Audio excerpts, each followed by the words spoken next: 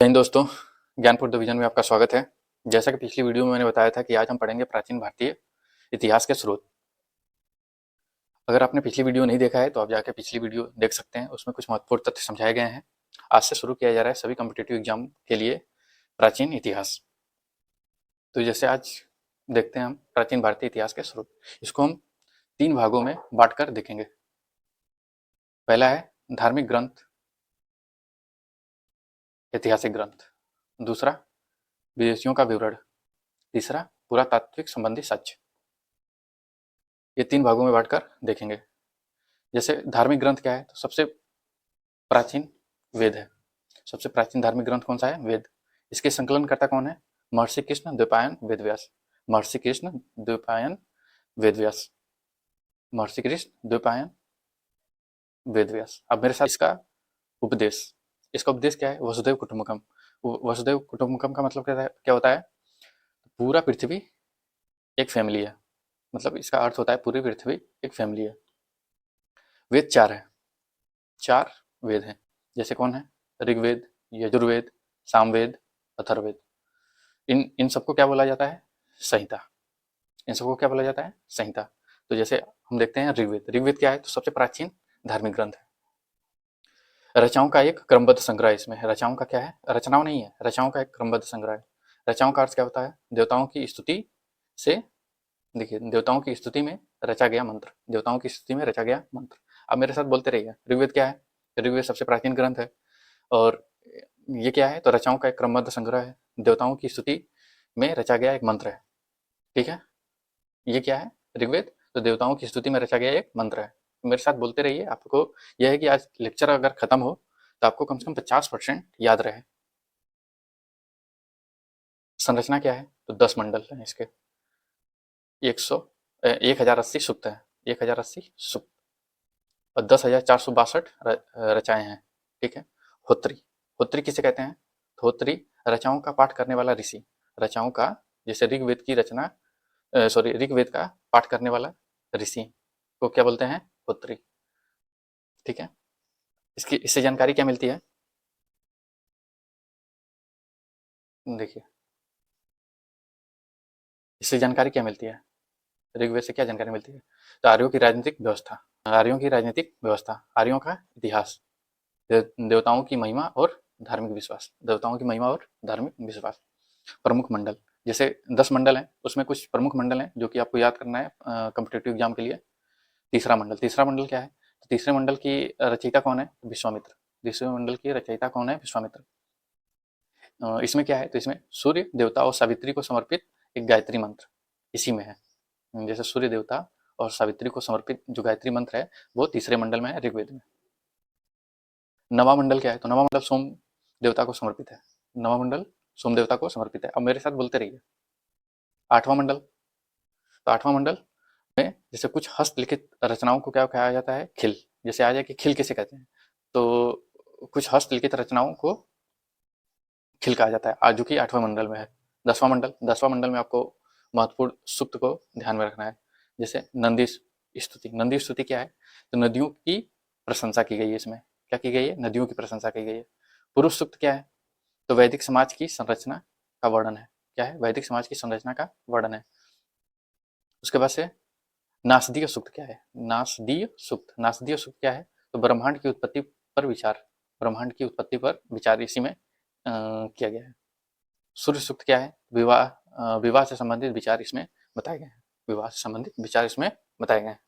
चलिए, तो इसमें हम आते हैं पुरुष सूक्त। क्या है? पुरुष सूक्त। पुरुष सूक्त क्या है? पुरुष सूक्त में है चतुर्वर्ण्य। चतुर्वर्ण्य समाज की कल्पना की शुरुआत किसमें की गई है? तो पुरुष सूक्त में। तो आ जाए कि चतुर्वर्ण्य समाज की, चतुर्वर्ण्य है, चतुर्वर्ण्य समाज की कल्पना का जो स्रोत है किसमें है? तो पुरुष सूक्त में। पुरुष सूक्त किसमें है? तो वो ऋग्वेद में है। अधन्य। अधन्य शब्द क्या, अधन्य शब्द का अर्थ क्या हुआ? जिसका वध नहीं किया जा सकता। जैसे अधन्य शब्द का अर्थ जिसका वध नहीं किया जा सकता। ये शब्द ऋग्वेद में गाय के लिए था। ठीक है। इसका दर्शन क्या है? ऋग्वेद का दर्शन क्या है? इसमें ब्रह्म का उल्लेख है लेकिन आत्मा की अवधारणा का स्पष्ट वर्णन नहीं है। इसमें क्या है? तो आत्मा की अवधारणा का स्पष्ट वर्णन नहीं है। ठीक है। वामनावतार। वामनावतार का प्राचीन स्रोत ऋग्वेद है। वामनावतार का प्राचीन स्रोत कौन सा है? ऋग्वेद। अब आते हैं प्रमुख देवता। ऋग्वेद के प्रमुख देवता कौन है? इंद्र और अग्नि। इंद्र पे 250 रचाएं हैं, ठीक है, और अग्नि पर 200 रचाएं हैं। ये आपको एकदम याद रखना है, ये फैक्ट एकदम परीक्षा में पूछे जाते हैं। अगर आपने इसको लेक्चर को अच्छे से देख लिया तो इससे बाहर नहीं जाएगा एग्जाम में। अब आते हैं यजुर्वेद। यजुर्वेद यज्ञ के समय बोले जाने वाला मंत्र क्या है? तो यज्ञ के समय बोले जाने वाला मंत्र है यजुर्वेद में। यज्ञ के समय जो बोला जाता है मंत्र वो इसमें है। और यज्ञ करते समय पालन किए जाने वाला नियम। यज्ञ करते समय जो नियम बनाया गया है, जैसे जो नियम बनाया गया है उसको पालन करने के लिए इसमें दिया गया है यजुर्वेद में। अध्वर्यु। अध्वर्यु अध्वर्यु किसे कहते हैं? तो अध्वर्यु जो यजुर्वेद का पाठ करने वाले पुरोहित को, यजुर्वेद का पाठ करने वाले पुरोहित को अध्वर्यु कहते हैं। विषय वस्तु इसकी क्या है? तो यज्ञों के नियम इसमें हैं और विधि विधान। जैसे यज्ञों के नियम है और विधि विधान, कैसे यज्ञ होंगे कैसे नहीं होंगे ये सब है।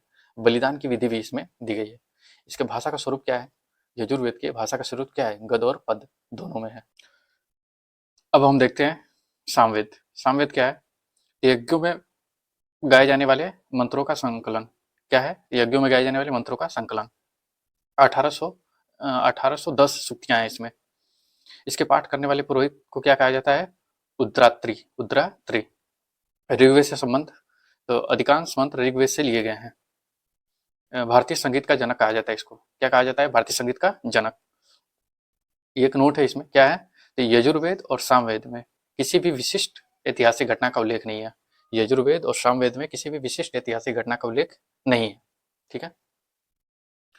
अब आते हैं अथर्ववेद। अथर्ववेद क्या है? अथर्वा ऋषि द्वारा रचित। अथर्वा ऋषि द्वारा रचित है। 731 मंत्र है इसमें।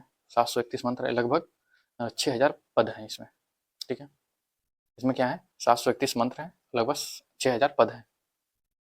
औषधियों का उल्लेख है इसमें। लोक जीवन का वेद कहा जाता है। लोक जीवन का वेद कहा जाता है इसको, ठीक है। इसका महत्व क्या है?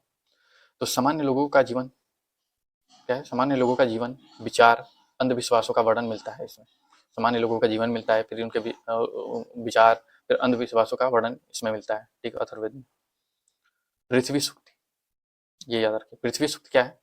तो अथर्ववेद का प्रतिनिधि सूक्त माना जाता है। अथर्ववेद का प्रतिनिधि सूक्त माना जाता है। अथर्ववेद का प्रतिनिधि सूक्त माना जाता है पृथ्वी सूक्त का। अब आते हैं इसमें क्या है? तो इसमें जीवन के लगभग सभी पहलुओं का वर्णन किया गया है। इसमें क्या है? जीवन के सभी पहलुओं का वर्णन किया गया है। इसमें क्या है? तो अथर्ववेद में कुछ मंत्रों में जादू टोने का उल्लेख भी है। कुछ मंत्रों में क्या है? जादू टोने का उल्लेख भी है। और परीक्षित को कुरुओं का राजा कहा गया है। इसमें क्या कहा गया है? परीक्षित को कुरुओं का राजा कहा गया इसमें, ठीक है। सभा समिति को प्रजापति की 2 पुत्रियां कहा गया है। मौसरी काल की राजनीतिक संस्थाओं की जानकारी मिलती है, ठीक है। पहले संहिता आता है, वेद आते हैं, फिर ब्राह्मण आता है, फिर आरण्यक आता है, फिर उपनिषद आता है। तो हम देखते हैं ब्राह्मण ग्रंथ। ब्राह्मण ग्रंथ वैदिक संहिताओं की व्याख्या के लिए गद्य के रूप में इसको लिखा गया, वैदिक, ठीक है। प्रत्येक वेद के लिए अलग अलग ब्राह्मण ग्रंथ है। इस प्रत्येक वेद है उसके अलग अलग ब्राह्मण ग्रंथ हैं। जैसे यहाँ पे आ जाइए ऋग्वेद क्या है? तो ऐतरेय कौपितकी। ऋग्वेद में ऐतरेय कौपितकी ब्राह्मण ग्रंथ। और यजुर्वेद के लिए तैतरीय शतपथ ब्राह्मण ग्रंथ लिखे गए हैं। सामवेद के लिए पंचविश, अथर्ववेद के लिए गोपथ, ठीक है। और इसमें क्या है? तो परीक्षित के बाद और बिंबिसार से पहले के ऐतिहासिक घटना है। क्या है? परीक्षित के बाद और बिंबिसार के पहले का ऐतिहासिक घटना, ठीक है। ऐतरेय में क्या है? ऐतरेय जो ब्राह्मण ग्रंथ है उसमें क्या है? तो उसमें राज्याभिषेक के नियम और प्राचीन राजाओं के नाम है। क्या है? तो राज्याभिषेक के नियम और प्राचीन राजाओं के नाम है इसमें। तो एकदम देख लीजिए आप, ब्राह्मण ग्रंथ में क्या है? तो ये वैदिक संहिताओं की व्याख्या के लिए गद्य रूप में बनाया गया है। प्रत्येक वेद के लिए अलग अलग ब्राह्मण ग्रंथ हैं, जैसे यह है। उसके बाद परीक्षित के बाद और बिंदुसार से पहले ऐतिहासिक घटना इसमें है, ठीक है। फिर ऐतरेय ब्राह्मण में क्या है? ऐतरेय ब्राह्मण ग्रंथ में क्या है? तो राज्याभिषेक के नियम और प्राचीन राजाओं का नाम। शतपथ ब्राह्मण में क्या है, तो राज्यों और जनपदों का उल्लेख है। ठीक है, राज्यों और जनपदों का उल्लेख है, जैसे गंधार हो गया, शैल हो गया, कैकेय हो गया, कुरु हो गया, पंचाल हो गया, कौशल हो गया, विदेह हो गया। ठीक है, अब आते हैं आरण्यक ग्रंथ। आरण्यक ग्रंथ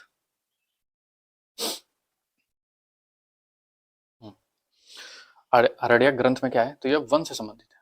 वन से संबंधित, यह उन ऋषियों द्वारा रचे गए जो वन में रहकर चिंतन करते थे। तो आप चिंतन से समझ सकते हैं कि अब इसकी विषय वस्तु जैसे कर्म कांड से अवदर्शन की ओर की सेतु मानी जाती है। जैसे अब अगर चिंतन जो करेगा वो दर्शन में आ जाएगा। ठीक है, दर्शन में आ जाएगा। ठीक है, दार्शनिक विचार हो जाएंगे, वो दर्शन देने लगेगा। ठीक है, अपना विचार विचार प्रकट करने लगेगा। अब आते हैं आरण्यक के बाद उपनिषद। उपनिषद क्या है, तो ये यज्ञ, शरीर, ब्रह्मांड, आत्मा और ब्रह्म की व्याख्या करते हैं। क्या करते हैं, यज्ञ, शरीर, ब्रह्मांड, आत्मा और ब्रह्म की व्याख्या करते हैं। कुल उपनिषद कितने हैं, 108। कुल उपनिषद 108। 13 को मूलभूत उपनिषद माना जाता है। ठीक है, 108 को नहीं, लेकिन 13 को मूलभूत उपनिषद। अगर पेपर में आया कि भाई मूलभूत उपनिषद कितने हैं, तो 13 है, ना कि 108 है। जबालोपनिषद क्या है, तो 4 आश्रमों का उल्लेख किया गया है। चारों आश्रमों का उल्लेख किया गया। ठीक है, इसमें अब आते हैं स्मृति ग्रंथ। स्मृति ग्रंथ है क्या है, तो सामाजिक और धार्मिक नियमों का संग्रह। क्या है, तो सामाजिक और धार्मिक नियमों का संग्रह। तो स्मृति में क्या आ जाएगा, मनुस्मृति और नारद स्मृति। मनुस्मृति में किसके साथ मिले हैं, तो यहाँ पे शुंग काल के मानक स्मृति है। ठीक है, इसमें और नारद स्मृति में गुप्त युग की जानकारी मिलती है, गुप्त युग की जानकारी मिलती है। अब आते हैं वेदांग। ठीक है, वेदांग क्या है, तो वेदों को सही ढंग से समझने, पढ़ने, सुरक्षित रखने के लिए 6 वेदांगों की रचना की गई है। ठीक है, ये जो है 6 वेदांगों की रचना की गई है। किसके लिए, तो वेदों को सही ढंग से समझने के लिए, पढ़ने के लिए और सुरक्षित रखने के लिए 6 वेदांगों की रचना की गई है। 6 वेदांग कौन कौन है, शिक्षा है, कल्प है, निरुक्त है, व्याकरण है, छंद है, ज्योतिष है। तो कल्प का मतलब कर्मकांडीय विधि इसमें है। ठीक है, वह है सूत्र साहित्य। सूत्र साहित्य क्या है, तो सूत्र साहित्य क्या है, तो वैदिक साहित्य को सुरक्षित बनाए रखने के लिए लिखा गया है। सॉरी, वैदिक साहित्य को सुरक्षित बनाए रखने के लिए लिखा गया है। ठीक है, सुरक्षित बनाए रखने के लिए। ठीक है, संक्षिप्त और नियमबद्ध होते हैं ये, इसलिए याद रखने में सहायक होते हैं। अगर संक्षिप्त होगा, कोई भी नोट्स है आपका या फिर कुछ भी है, अगर उसको नियम से लिख रहे हैं और संक्षिप्त लिख रहे हैं, तो वो याद रखने में बहुत महत्वपूर्ण रहता है। तो ऐसे ही यह सूत्र साहित्य बनाया गया है। तो सूत्र के प्रकार कितने हैं, 3 प्रकार के हैं, स्रोत सूत्र, गृह सूत्र और धर्म सूत्र। तो स्रोत सूत्र क्या है, तो स्रोत सूत्र में क्या है, तो बड़े यज्ञों की विधि इसमें है। ठीक है, गृह सूत्र में क्या है, तो गृहस्थ जीवन के संस्कार है इसमें। ठीक है, गृहस्थ जीवन के संस्कार है। धर्म सूत्र में क्या है, तो समाज, राजनीतिक विधि और व्यवहार के नियम है। क्या है, तो समाज, राजनीतिक विधि, व्यवहार के नियम है। ये सबसे प्राचीन धर्म सूत्र कौन सा है, तो गौतम धर्म सूत्र। अगर आ जाए सबसे प्राचीन धर्म सूत्र कौन सा है, तो गौतम धर्म सूत्र। इसमें जानकारी जानकारी क्या मिलती है, तो यज्ञ विधि विधान की जानकारी मिलती है, कर्मकांड की जानकारी मिलती है, सामाजिक नियमों की जानकारी मिलती है, राजनीतिक और कानूनी व्यवस्था की जानकारी मिलती है। अब आते हैं पुराण। ठीक है, पुराण, तो पुराण में क्या है, तो देवताओं के कथाएं, राजाओं की वंशावली, ऐतिहासिक घटनाओं का क्रमबद्ध वर्णन मिलता है इसमें। तो क्या है, तो इसमें देवताओं की कथाएं हैं, राजाओं की वंशावली, ऐतिहासिक घटनाओं का क्रमबद्ध विवरण मिलता है। ठीक है, इसमें क्या है, तो इसके रचयिता कौन है, लोमहर्ष सूत जी। इसको लोमहर्ष को क्या बोला जाता है, सूत जी, लोमहर्ष इसके रचयिता है। पुराणों की संख्या कितनी है, 18, और 5 पुराणों में वंशावली है, जो कि 3 पुराण पेपर की दृष्टि से बहुत महत्वपूर्ण है। मत्स्य पुराण में क्या है, आंध्र सातवाहनों क्या जानकारी मिलती है, वायु पुराण में गुप्त वंश की जानकारी मिलती है, और विष्णु पुराण में मौर्य वंश की जानकारी मिलती है। इसकी भाषा क्या है, भाषा का स्वरूप क्या है, संस्कृत श्लोक में है। ठीक है, अग्निपुराण क्या है, तो अग्निपुराण राजतंत्र, कृषि संबंधी विवरण का उल्लेख। तो अग्निपुराण क्या है, तो राजतंत्र और कृषि संबंधी विवरण का उल्लेख है इसमें। ठीक है, कहते हैं बौद्ध साहित्य में क्या है, तो जातक कथाएं। ठीक है, बौद्ध साहित्य में क्या है, जातक कथाएं। तो इसमें क्या है, तो महात्मा बुद्ध के पुनर्जन्म की कहानियां वर्णित है। क्या है, पुनर्जन्म, सॉरी, वही पूर्व जन्म का, पुनर्जन्म नहीं, पूर्व जन्म का कहानियां वर्णित है इसमें। ठीक है, हीनयान बौद्धिक साहित्य, हीनयान बौद्ध साहित्य क्या है, तो इसकी कथा वस्तु क्या है, तो जीवन चरित्र, बौद्ध जैसे बौद्ध महात्मा बुद्ध के जीवन चरित्र के बारे में इसमें दिया गया है। ठीक है, ये दो बौद्ध साहित्य है, जातक कथाएं और हीनयान बौद्ध साहित्य। ठीक है, इसमें है। जैन साहित्य क्या है, तो आगम साहित्य भी इसको बोला जाता है।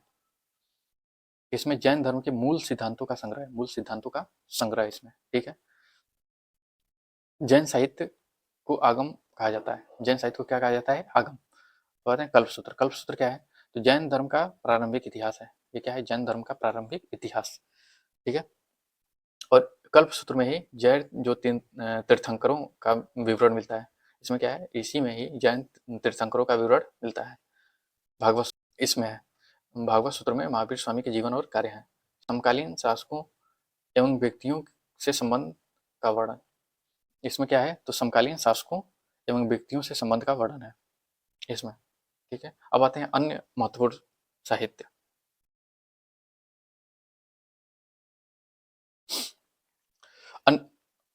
अन्य महत्वपूर्ण साहित्य में क्या है, तो अर्थशास्त्र। अर्थशास्त्र क्या है, तो चाणक्य ने इसकी रचना की थी। चाणक्य को क्या बोलते हैं और भी, तो कौटिल्य बोलते हैं और विष्णु गुप्त बोलते हैं इसको। ठीक है, मौर्यकालीन, मौर्यकालीन प्रशासन अर्थव्यवस्था की जानकारी मिलती है। मौर्यकालीन प्रशासन और अर्थव्यवस्था की जानकारी मिलती है। इसके अनुवाद किसने किया था, शाम शास्त्री ने। अगर आ जाए कि इसका अनुवाद किसने किया था, तो शाम शास्त्री ने किया था। अब आ जाते हैं रंगड़ी। रजत रंगड़ी क्या है, तो संस्कृत साहित्य में इतिहास लिखने का प्रथम प्रयास। ठीक है, संस्कृत साहित्य में इतिहास लिखने का प्रथम प्रयास किसने किया था, तो कल्हड़ ने। ठीक है, इसमें क्या है, तो प्रारंभ से लेकर 12वीं सदी तक कश्मीर के शासकों का वर्णन है। प्रारंभ से लेकर 12वीं सदी तक कश्मीर शासकों का वर्णन है। चचनामा अरबों का सिंध विजय का विवरण है। अरबों का सिंध विजय पर विवरण है। इसका लेखक कौन है, अली अहमद। अब आते हैं अष्टाध्यायी। अष्टाध्यायी क्या है, अष्टाध्यायी संस्कृत व्याकरण का प्रथम पुस्तक है। अगर आ जाए कि संस्कृत व्याकरण का प्रथम पुस्तक कौन है, अष्टाध्यायी। इसके लेखक कौन है, पाणिनि। मौर्य पूर्व काल तथा मौर्य योगिनी राजनीतिक व्यवस्था का जानकारी यहाँ से मिलता है। इसकी लिपि, पहली बार लिपि शब्द का प्रयोग इसमें हुआ था। पहली बार अगर आ जाए कि पहली बार लिपि शब्द का प्रयोग किसमें हुआ था, अष्टाध्याय। और इसमें जानकारी, गार्गी संहिता। गार्गी संहिता क्या है, तो ज्योतिष ग्रंथ है यह। ठीक है, इसके रचयिता कौन है, कात्यायन। यह यमन आक्रमणों का उल्लेख इसमें है। यमन यानी कि यूनानी आक्रमणों का उल्लेख है यहाँ पे। महाभाष्य ये तो रटा रटाया रहता है बहुत लड़कों को। पतंजलि, इसके लेखक कौन है, पतंजलि। विश्वामित्र शुंग के पुरोहित थे ये क्या थे, विश्वामित्र शुंग के पुरोहित थे पतंजलि। ठीक है, शुंग वंश के इतिहास की जानकारी यहाँ पे मिलती है। किसकी मिलती है, शुंग वंश के इतिहास की जानकारी मिलती है। अब आते हैं ईसा पूर्व और ईसवी। ईसा पूर्व और ईसवी को हम थोड़ा आसानी से समझ लेते हैं। ठीक है, अभी फिलहाल कौन सा कैलेंडर चल रहा है, अभी फिलहाल पूरे देश में पूरे दुनिया में कौन सा कैलेंडर चलता है, ग्रेगोरियन कैलेंडर। इसे ईसाई कैलेंडर भी कहते हैं। पूरी दुनिया यही कैलेंडर चलता है, पूरी दुनिया में यही कैलेंडर चलता है। तो आते हैं बीसी और एडी, जो कि इंपॉर्टेंट है, बहुत लोगों को नहीं पता होता है कि बीसी और एडी क्या है, ईसा पूर्व और ईसवी में फर्क क्या होता है। तो बीसी क्राइस्ट बिफोर क्राइस्ट। ठीक है, ईसा पूर्व। ईसा पूर्व का है ईसा मसीह के जन्म से पहले का समय। ईसा मसीह के जन्म के पहले का समय यहाँ पे बनाया गया। जैसे मान लीजिए आ गया कि बुद्ध, ठीक है, बुद्ध का जन्म 563 ईसा पूर्व में हुआ था, ईसा पूर्व। ठीक है, और आ जाए इनकी मृत्यु कब हुई थी, मृत्यु इनकी मृत्यु हुई थी 483 ईसा पूर्व। तो एक चीज याद रखिए, ईसा पूर्व में जितना बड़ा अंक होगा, ठीक है, जितना बड़ा अंक होगा उतना पुराना समय होगा। ठीक है, जितना बड़ा अंक होगा, यहाँ पे ना हो तो लिख भी लीजिए। कि जितना बड़ा अंक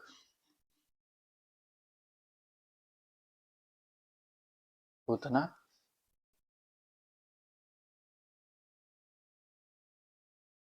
पुराना समय। ठीक है, ये लिख लीजिए, ये आपको थोड़ा हेल्प करेगा। अब आते हैं ईस्वी। ईस्वी क्या है? ईस्वी सन, एडी, छूट गया था ये। Vincent author Smith, Vincent author Smith एक अंग्रेजी इतिहासकार थे जो 1904 में इन्होंने एक बुक लिखी थी जिसका नाम था early history of India. Early history of India, इसको इंग्लिश में ही लिखिएगा क्योंकि हिंदी में आता भी नहीं है बहुत, ज़्यादातर एग्जाम में इंग्लिश में ही डायरेक्ट लिए, इसलिए यहाँ पे इंग्लिश में लिखा गया है। जैसे इसमें क्या है, तो अर्ली हिस्ट्री ऑफ इंडिया में सिकंदर के आक्रमण पर आधारित है। Early history of India Sikandar के आक्रमण पर आधारित है। ठीक है, एक बार क्विक रिवीजन हम कर लेते हैं क्या क्या हमने पढ़ा है अभी तक। तो देखिए,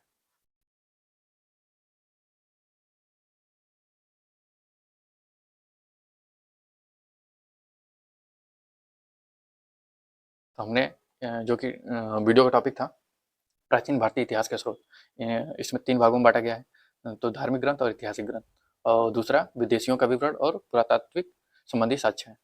तो वेद पढ़े हमने। ठीक है, वेद के चार चार वेद होते हैं, ऋग्वेद, यजुर्वेद, सामवेद, अथर्ववेद। जैसे ऋग्वेद के बारे में पढ़ा, उसकी संरचना पढ़ी, होत्री क्या होते हैं, इसमें जानकारी क्या मिलती है, ये पढ़ा हमने। इसके प्रमुख मंडल पढ़े हमने, तीसरा मंडल, नौवां मंडल, आठवां मंडल, 10वां मंडल। ठीक है, पुरुष सूक्त क्या होता है, धन्य किस शब्द किसके लिए है, इसका दर्शन क्या है, जैसे प्रमुख देवता कौन कौन है, यजुर्वेद हमने पढ़ा। ठीक है, यजुर्वेद की विषय वस्तु क्या है, भाषा का स्वरूप क्या है। फिर हमने वैदिक साहित्य का क्रम देखा, जैसे वैदिक साहित्य का क्रम देखा, संहिता, ब्राह्मण, आरण्यक, उपनिषद। ब्राह्मण ग्रंथ देखे हमने, फिर आरण्यक ग्रंथ देखा, उपनिषद देखा हमने। स्मृति ग्रंथ पढ़ा हमने, स्मृति ग्रंथ कौन कौन है, मनु स्मृति, नारद स्मृति, एकदम। वेदांग हमने देखा, वेदांग 6 वेदांग हैं। फिर साहित्य सूत्र देखा, साहित्य सूत्र 3 प्रकार के होते हैं, स्रोत सूत्र, गृह सूत्र, धर्म सूत्र। इसमें जानकारी किस किस चीज़ की है। पुराण देखे हमने। ठीक है, 18 पुराण देखे, 5 पुराण वंशावली के हैं, 3 हमने महत्वपूर्ण पुराण देखे, मत्स्य पुराण, वायु पुराण, विष्णु पुराण। जैसे अब हमने बौद्ध साहित्य देखा, जातक कथाएं, हीनयान बौद्ध साहित्य देखा, जैन साहित्य देखा, आगम साहित्य, कल्प सूत्र, भागवत सूत्र क्या है, ये सब देखा। फिर अब आते हैं हम अन्य महत्वपूर्ण साहित्य देखे, जैसे अर्थशास्त्र। अर्थशास्त्र किसके बारे में है, इसके रचयिता कौन थे, ये देखा। रजत रंगड़ी देखा, चचनामा देखा।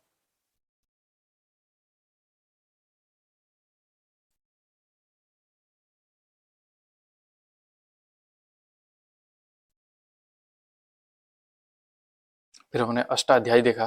ठीक है, जो कि संस्कृत व्याकरण का प्रथम पुस्तक था। घर की संहिता देखा, महाभाष्य देखा। फिर ईसा पूरे दुनिया में कौन से कैलेंडर यूज करते हैं वो देखा। ईसा पूर्व और ईसवी में अंतर देखा भी। कल हम देखेंगे विदेशी यात्राओं से मिलने वाली जानकारी। अगर आपको अच्छे से पढ़ना है और सिलेबस को कवर करना है तो आप इस चैनल से जुड़ सकते हैं। यहाँ पे प्राचीन इतिहास का भी सीरीज चल रहा है, और उसके बाद से जीएस का हर एक टॉपिक पढ़ाया जाएगा, हर एक सब्जेक्ट पढ़ाया जाएगा फ्री में। आपको बस क्या करना है, तो इसको सब्सक्राइब करना है, दोस्तों में शेयर करना है, और कमेंट करना है कि क्या आपको समझ में नहीं आया। कमेंट पर हम अलग एक वीडियो बना सकते हैं। ठीक है।